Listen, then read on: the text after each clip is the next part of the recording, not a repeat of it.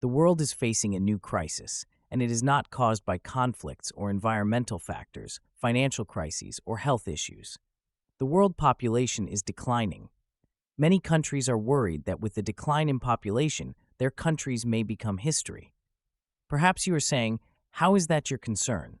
Why governments are concerned with negative population growth and its impact on a country and economy? Population growth plays a critical role in shaping the socio-economic landscape of any country.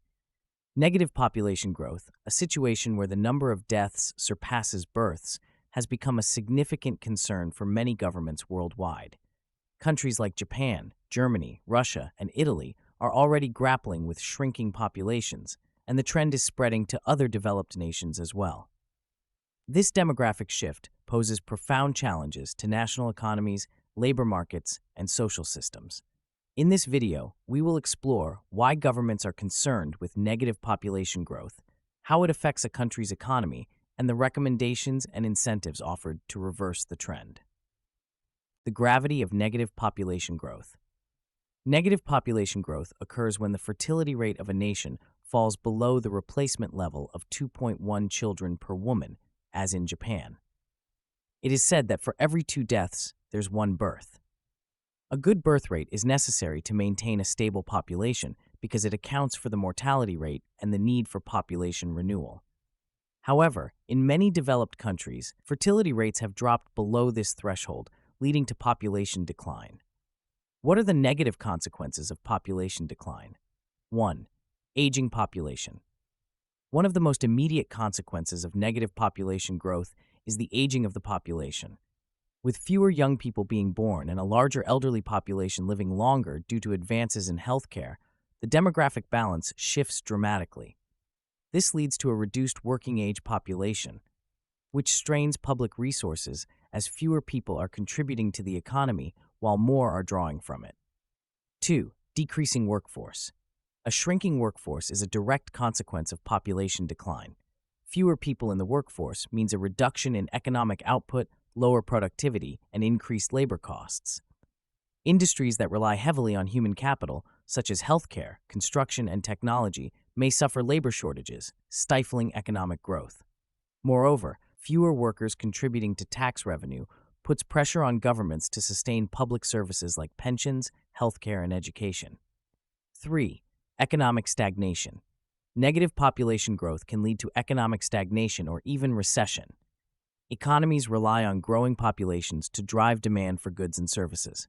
A declining population means fewer consumers, less demand for housing, transportation, and consumer goods, and decreased investment in infrastructure.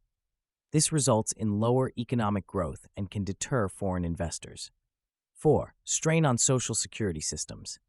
In countries with aging populations, social security systems face immense strain. Pension programs are based on the assumption that a large working population will support retirees. However, with a shrinking workforce and an increasing number of retirees, this becomes unsustainable. Governments must either reduce benefits, increase taxes, or borrow more money to meet pension obligations, further burdening the economy. 5. Declining innovation and entrepreneurship. A smaller and older population can hinder innovation and entrepreneurship. Young people are more likely to start new businesses, bring fresh ideas, and drive technological advancements. Negative population growth can result in a shortage of young entrepreneurs, which stifles innovation and reduces a country's competitive edge in the global market. Let us discuss how negative population growth affects a country and its economy. Number 1. Labor market imbalances. As the working age population shrinks, labor markets experience imbalances. A reduced workforce leads to a shortage of skilled workers, especially in sectors like healthcare, education, and technology.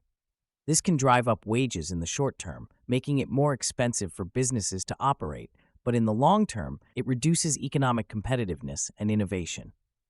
2. Increased tax burden. To compensate for the loss of tax revenue due to a shrinking population, governments may raise taxes on the remaining workforce. This increases the financial burden on working citizens, reducing disposable income and further dampening consumer spending. Additionally, higher taxes may discourage businesses from investing or expanding within the country.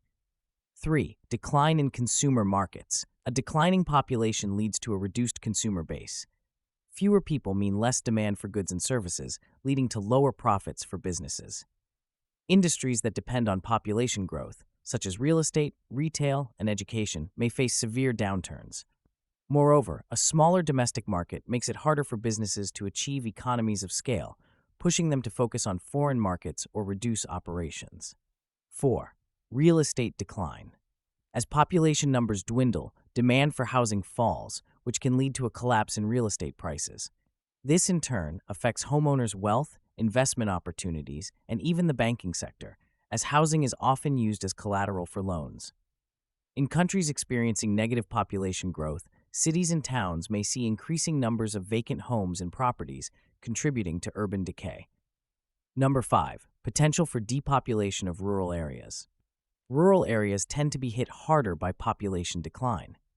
As younger generations migrate to urban centers in search of better job opportunities, rural regions face depopulation, which results in the closure of schools, hospitals, and businesses. This rural-to-urban migration exacerbates the aging crisis in rural areas and puts additional strain on urban infrastructure and housing. What are government recommendations to address negative population growth? Governments around the world are taking action to reverse negative population trends, with varying degrees of success. Some common recommendations include: 1. Encouraging higher birth rates. To increase population growth, governments are promoting policies aimed at encouraging families to have more children. This includes offering financial incentives, such as child allowances, tax breaks, and parental leave. These policies are designed to make it easier for families to afford the costs associated with raising children and to help parents balance work and family life. 2. Immigration policies. Many countries with negative population growth turn to immigration as a solution to replenish the workforce and offset population decline. By relaxing immigration policies and attracting skilled workers from abroad, governments aim to address labor shortages and boost economic growth. Some countries have introduced specific programs targeting highly skilled professionals, entrepreneurs, or workers in sectors facing critical shortages. 3. Support for working families. Governments are also focusing on improving work-life balance to make it easier for people to start families. This includes subsidized childcare, flexible working hours, and generous parental leave policies. The idea is to alleviate the financial and logistical burdens of raising children, thereby encouraging higher birth rates. 4. Promoting gender equality. Gender equality policies play an essential role in boosting fertility rates. In countries where women are expected to choose between a career and motherhood, fertility rates tend to be lower. Governments can implement policies that allow women to participate fully in the workforce while also raising children. These policies may include paid maternity leave, workplace support for breastfeeding, and the creation of career paths that accommodate the needs of working mothers. 5. Improving healthcare for the elderly. As populations age, healthcare systems must adapt to meet the increasing demand for elderly care. Governments are investing in healthcare infrastructure, long-term care facilities, and technologies that enable seniors to live independently. This helps reduce the financial and social burden of an aging population while ensuring a higher quality of life for older citizens. Incentives offered by other countries to reverse population decline. To combat the challenges of negative population growth, various countries have introduced innovative incentives to encourage higher birth rates and immigration. 1. Japan.